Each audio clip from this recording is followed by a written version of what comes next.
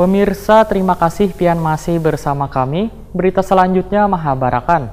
Pemerintah Provinsi Kalimantan Selatan melalui Dinas Pendidikan wan Kebudayaan memiliki program untuk menjadikan Kalimantan Selatan cerdas wan kada tertinggal dalam dunia pendidikan.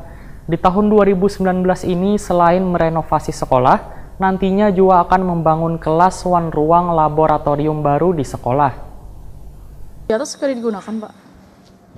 Kalau yang di atas? Pemerintah Provinsi Kalimantan Selatan melalui Dinas Pendidikan wan Kebudayaan memiliki program untuk menjadikan Kalsel cerdas wan mapan serta kada tertinggal dalam dunia pendidikan. Untuk mewujudkan itu, maka di tahun 2019 ini selain merenovasi sekolah, pemerintah juga akan membangun kelas wan ruang laboratorium baru di sekolah yang berada di pinggiran kota di Kalimantan Selatan. Sedangkan jumlahnya sebanyak 13 sekolah. Demikian dipadahkan Kabid SMA Dinas Pendidikan wan Kebudayaan Provinsi Kalimantan Selatan Muhammadun. Waitakoni Prima TV Baisukan Rabu 23 Januari 2019.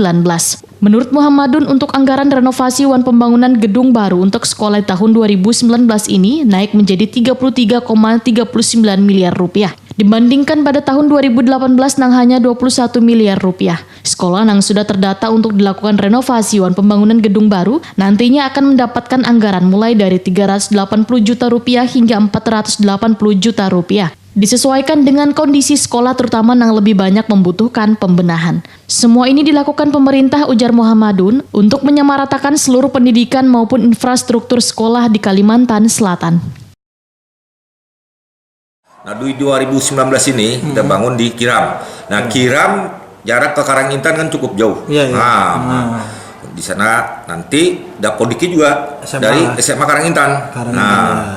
Jadi kalau dia sudah berdiri dengan ada gurunya, ada data-data Dapodik, baru kita jadikan SMA Negeri 1 Kiram. Begitu juga di Sungai 2. Ini kan masyarakat dan tokoh setempat menginginkan Tanah Bumbu. Oh, Tanah Bumbu.